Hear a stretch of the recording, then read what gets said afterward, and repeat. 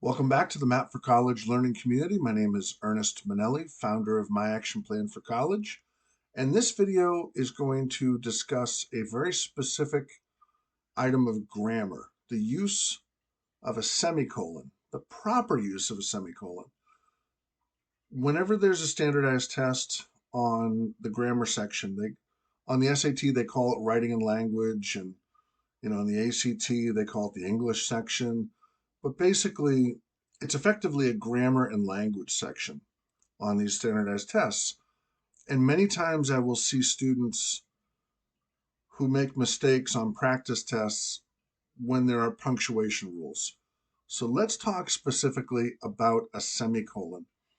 Essentially, a semicolon is meant to provide some level of attention by the author to the ideas expressed. In other words, if you have two clauses that are generally complete, and if they're not joined by a conjunction, for example, they're not joined by a conjunction such as and or but or.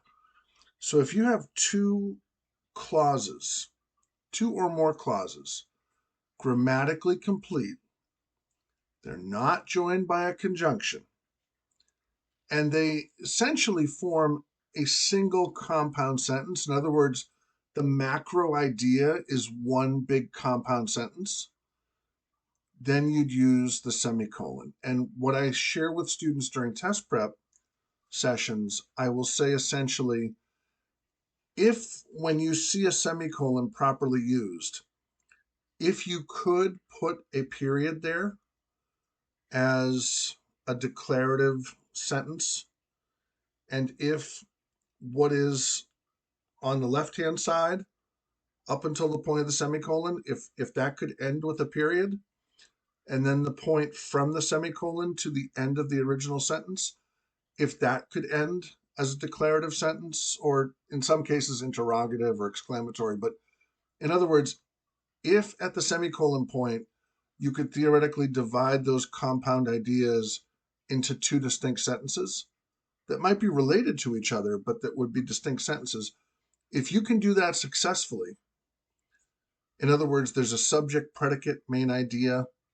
on each side of the coin, then you've used the semicolon properly. So in other words, you would not have a situation in which you would have subject, predicate, essentially main idea on the left side of the semicolon, but then subject and predicate, but no complete idea on the right side of the semicolon.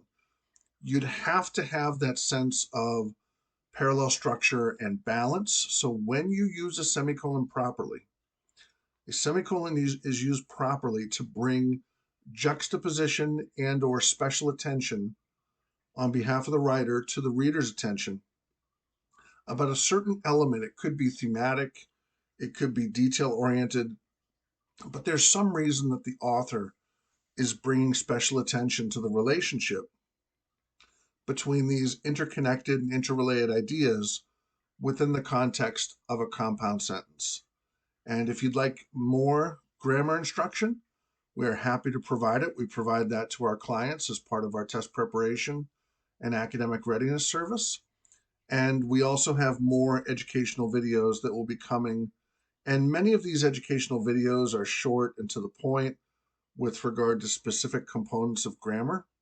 So to review, a semicolon essentially joins two related elements in the context of a macro complete sentence in which each distinct element before semicolon and after semicolon could theoretically stand on its own as its own independent clause or phrase, but for reasons of style and or reasons of thematic attention, the author is trying to highlight some sort of relationship or connection between the two elements of the sentence that makes them stronger theoretically with a semicolon because it brings more attention to the reader. So that's our video for today, semicolons and how to use them. Please feel free to subscribe to our YouTube channel, growing YouTube channel, and like this video. Thank you so much.